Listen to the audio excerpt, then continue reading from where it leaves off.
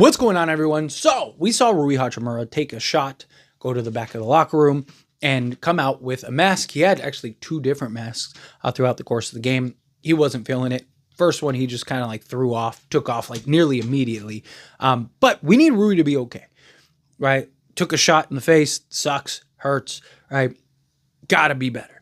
Rui Hachimura is a very important piece for this team.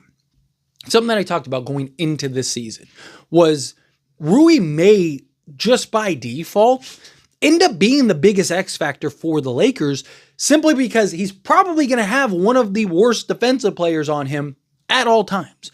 If anyone on the court, particularly in our starting five, is going to have a mismatch, it's Rui Hachimura, right? Because the best defender is going to be on Luka and LeBron and Austin Reeves, and then their big man's going to have to be there next to Jackson Hayes. And you've seen like guys like Mike Conley or Dante DiVincenzo, or guys, even Anthony Edwards on occasion ends up switching to Rui. Go at him. That's your game. Rui's 6'8", 250, just like solid, good lower center of gravity, absolute mid-range assassin. I'd also like to see the Lakers run more action to get him on the block and take advantage of said mismatch. I'm not saying you have to run your entire offense through him. I'm not saying you have to every possession and every play that, hey, get Rui on the block. But if it works, if you can generate easy offense, because Rui's got Mike Conley on him and he's able to just seal him and just bully him to get to the basket, or just shoot over the top of him and knock down a mid-range, or if they do send the help and they send the double team, he can just kick it out to an open shooter, and now you got a swing, open three, right? Like capitalize on the advantages. Now look, it's early in the series, right? We're only on game 2, right? Going into game 3. So it is very possible that that's something that we default to at some point in the series, right? You don't want to expose all your cards. You have your hand dealt. You don't want to like show everybody all your cards right as it's dealt, right? You kind of, as it goes on, keep making those little adjustments, making those little tinkers, right? So I could see something where, Minnesota makes an adjustment or two, and then it's like, all right, let's just put Rui on the block. Boom, Rui's on the block. He's doing his thing. He has a game where he gets 25, knocks down a couple threes, does some big things, and it's like, there you go. There's the W, right? And you end up stealing a game that, might have not went the way you wanted to otherwise, right? Because Rui's a guy that, again, he's one of the guys, particularly in the starting five and on the roster period, that can generate offense, right? Create a little bit for himself. He, can shoot the 3-ball, operate in the mid-range. He's big enough and strong enough to get and finish at the rim through contact, as well as, in traffic, shoot over the top of the defender, especially when it's a smaller defender. Rui Hachimura is just one of the few guys that you have on this roster that can go get you 20 on any given night. That can go give you 30 on a random night, right? That when other guys aren't hitting shots or whatever, you can count on him. And we need him to hit the open jumper. We need him to hit the open shot. Right? Lakers as a whole have shot terribly through these first 2 games. So I'm hoping guys start getting into a rhythm a little bit. We start knocking down hitting shots, because we do. Like Rui, on numerous occasions, just wide open in the corner, right? So it's like he's getting the ball, take your time, knock down the shot. We need him and Dorian Finney-Smith and Gabe Vincent and all these guys. Austin Reeves even, he was 0-6 last game, right? LeBron James was 1 of 5, right? Like we need guys to hit shots, period, particularly the 3-point shot. But regardless, again, Rui Hachimura, he's going to be a big factor. And the thing is, it's probably going to be the case every series, right?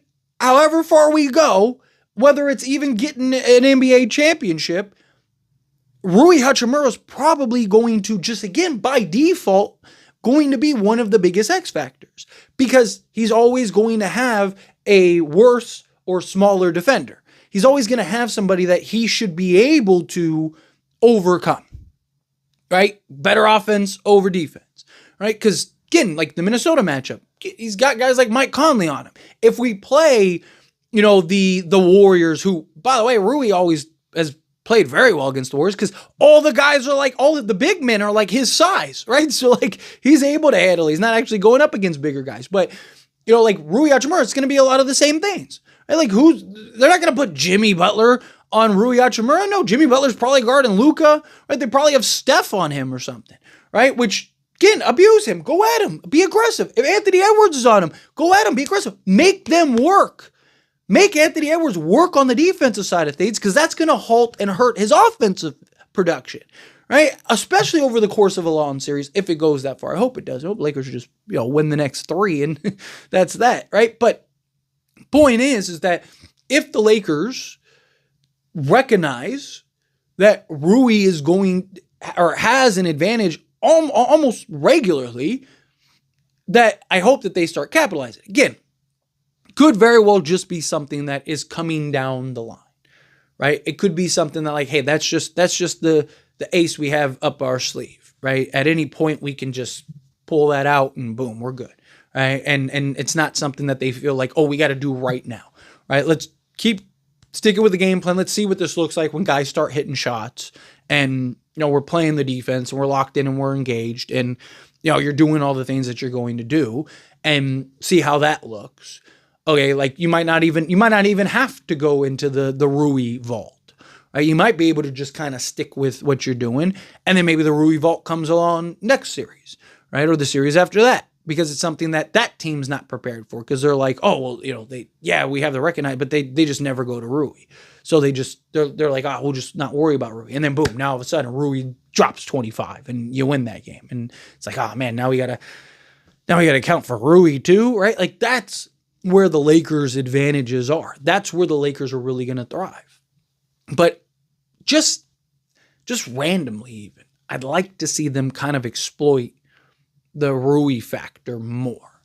I'd like to see them kind of lean into, hey, like, let's get Rui on the block here for, a play or two. If you just kind of do it randomly, like teams aren't going to prep for that, because it's random. Like, you don't know when, like, they might never do it this game, right? So, it's one of those things where I would like to see kind of sprinkled throughout, like just kind of a little Rui here, a little Rui there, right? Knock down a couple open threes, take some guys off the dribble, be aggressive. I want to see Rui be aggressive, is essentially what it boils down to, right? I don't want to see Rui just constantly settle. Be aggressive. Take these guys off the dribble. Elevate. Stop on a dime. Knock down. Get your mid-range going. Right? Usually that's the shot that's wide open, because teams are closing so hard on the three-point shot and packing the paint and keeping guys, because they don't want LeBron to just walk to the rim. Right? So you have these advantages in key areas, in particular if you're Rui and you're such a good mid-range shooter. Right? Maximize that, utilize that.